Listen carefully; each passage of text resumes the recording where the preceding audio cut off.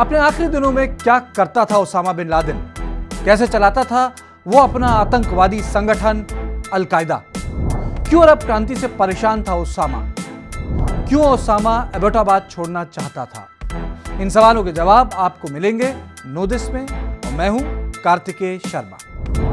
लोगों को लगता है कि ओसामा के आखिरी दिन ऐशो आराम के थे।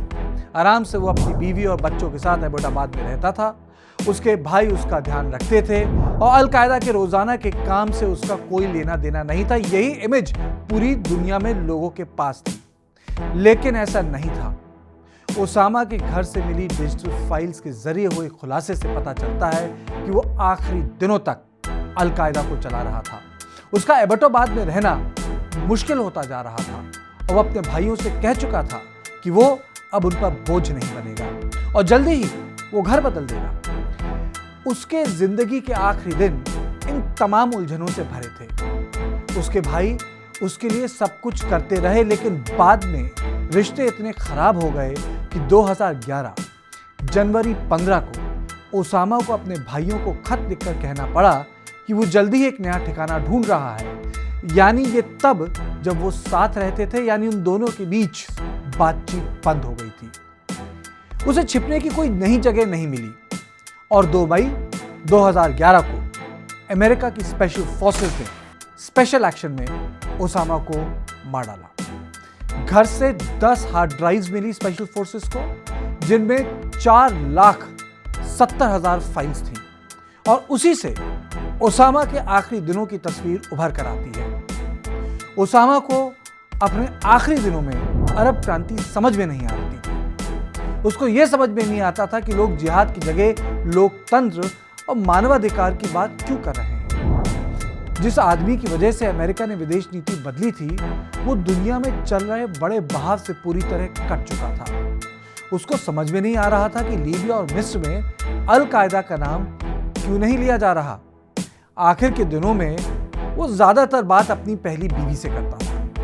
वो उससे उम्र में 8 साल बड़ी थी। जो नोट्स मिले हैं घर में, उसके मुताबिक घर में जब बैठक होती थी तो मीटिंग्स में दोनों बड़ी बेटियां मौजूद होती थी और नोटिंग वही करती थी।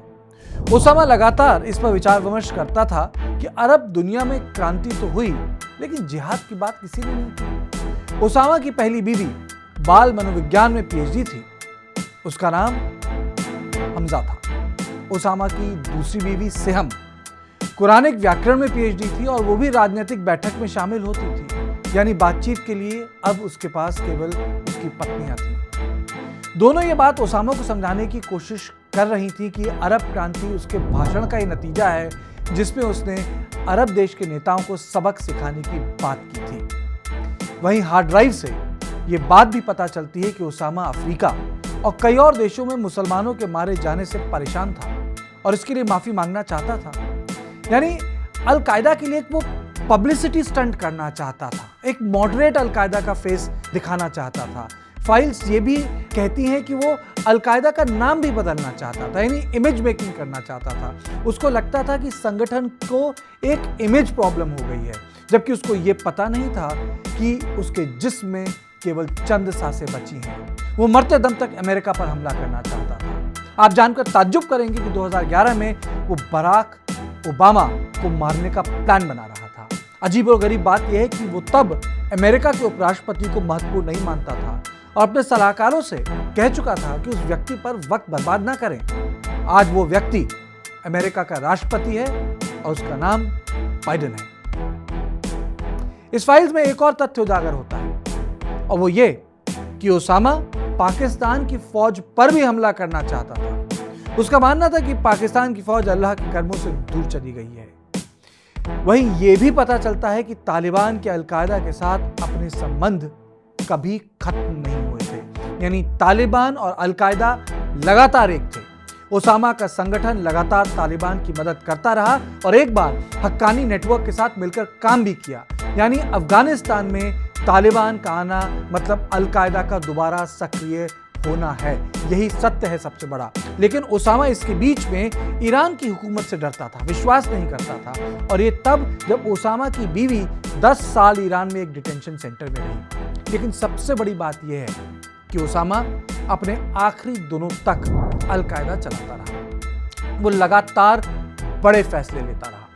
2010 में उसने अल शबाब को, जो अफ्रीका का आतंकवादी संगठन है, उससे अलकायदा को जोड़ने नहीं दिया। उसने अनवर अल अवाकी को अलकायदा का नेता बनने ही नहीं दिया। ओसामा ने यमन में इस्लामिक हुकूमत भी घोषित नहीं होने दी। उसका मानना था कि इसका भी वक्त नहीं आया है। लेकिन इसके बावजूद ओसामा को इस बात का अंदाजा नहीं था कि वो फेल हो चुका है। उसको लगता था कि अमेरिका पेपर टाइगर है, अलकायदा का सामना नहीं कर पाएगा। लेकिन उसको अंदाजा भी नहीं था कि अमेरिका उसे पिछले 6 महीने से सैटेलाइट के जरिए देख रहा है। अलकायदा के कारण अमेरिका पश्चिम एशिया में लंबे समय तक रहा। अलकायदा के कारण ही आज अमेरिका के 60,000 सैनिक पश्चिम एशिया में हैं। ओसामा अमेरिका को पश्चिम एशिया से भगाना चाहता था, लेकिन हुआ उल्टा। ओसामा मरते दम तक अमेरिका पे हमला करना चाहता था, लेकिन उसे पता नहीं था कि उसके मुकद्दर में सर पे एक गोली लिखी है। अगर आपको हमारी रिपोर्ट पसंद आए तो लाइक कीजिए और हमारा चैनल नो दिस सब्सक्राइब कीजिए।